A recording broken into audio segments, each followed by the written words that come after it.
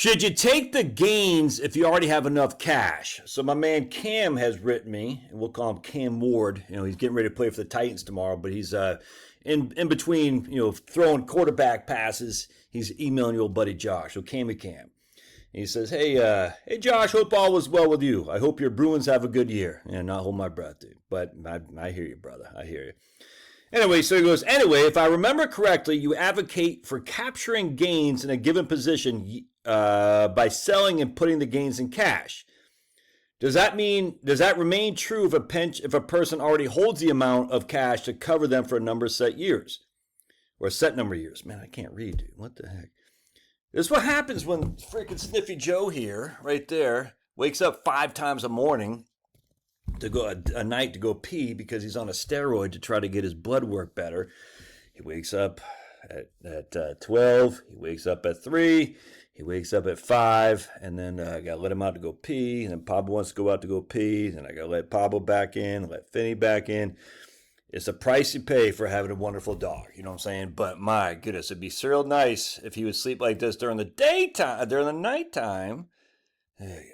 Old Finnegan McGee. What are we going to do with that guy? I need to probably start giving him Guinness.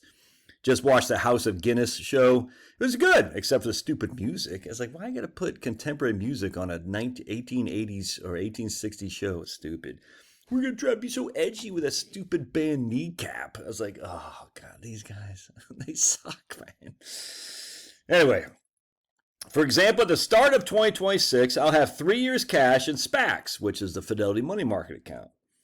I think 3 years of cash is a good reserve to manage port markets. Sound about right? Anyway, if I put gains from 2025 in cash, I'll have an excess of cash going into 2026.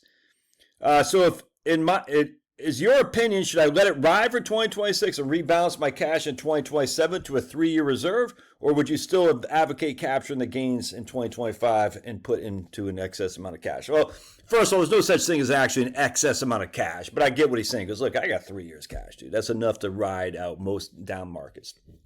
And I completely agree with that. I said, hey, Cam, such a good problem to have, in it. Because I'm English. We say in it instead of isn't it. Personally, I don't think it's wise to take gains if we don't need the cash because, as you said, you already have the 3 years of cash set aside. Now, everyone's situation is different, man. Every situation is different. But for my man Cammy Ward here, I don't think it's wise. I said, nah, just leave it alone. Yeah, the market could get smacked down and we're all mad saying we should have taken the gains. But if history is any guide, and who knows if it will be, the gains will reemerge in a few years anyway if you just ride it out. So I'd leave well enough alone unless you want to take the gains in order to pay for my kids' tuition. And then in that case, absolutely take the gains and send me that sweet, sweet money to pay for my kids' tuition. So you should take the gains, Cam Ward. But at the end of the day, I think you can have a little bit too much focus on cash. And I know, but Josh, you said, dude, I get it 100%. Every situation is unique. Some people might need to be a little bit more heavy in cash. I personally have come to the conclusion that 3 years cash is adequate. Now, if you're a more conservative investor, 4 or 5 years cash is adequate. That's fine. You're not a bad person. If you're less a conservative investor, maybe 1 year's cash is adequate. Not for me. Your old buddy Josh. I'm a natural conservative. It's just the way I am. You know what I'm saying? And as such, I think cash is a good place to store some money. Now, you can be way too much cash. I think it always comes down to, are you able to sleep at night?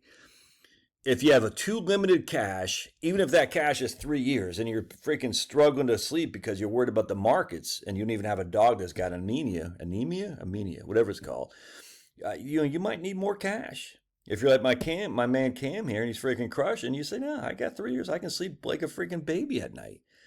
Then you're fine. You said, I said, man, or you can't sleep because you're missing out on opportunities because you have too much cash. You said, no. It's situation dictates, my friends. Always remember, situation dictates. And that's said from a guy who hasn't shaved, hasn't showered, hasn't even brushed my teeth, and still wearing my shirt inside out, apparently, I just noticed. So, just common sense. All right. Now, I'm not saying Cam isn't common. He's asked me a great question. He said, hey, what do you think? I said, no, I think you're good, man, 100%. But you might not be. You might be Caleb Williams out there painting your nails and dancing around to, pre-gangster Tupac, which is very effeminate, if you know what I'm saying. And you might be like, I'm an effeminate male. I don't like stocks because they scare me. You know what I'm saying? The Tupac stuff. Pre-gangster Tupac, Caleb Williams painting his nails. You tell me that just came by happenstance? The gangster rap stuff just came on its own, or it was not sent to us by the Hollywood elite who's trying to create issues within a certain community? That's a conspiracy, Josh. Yeah. Like my man Cam Ward here, when he has a huddle, that's also conspiracy. He's conspiring in how to run the ball. All right, God bless. Love your thoughts. Now, look, smash the like button. And if you don't like me, smash the unlike button. I don't have enough unlikes. I need to smash the unlike button. Do me a solid and smash the unlike button. It hurts. It hurts me inside. You say you don't like my videos. So please don't smash the unlike button. You hurt my YouTube channel. Don't do it. We'll see ya. We don't want to be ya.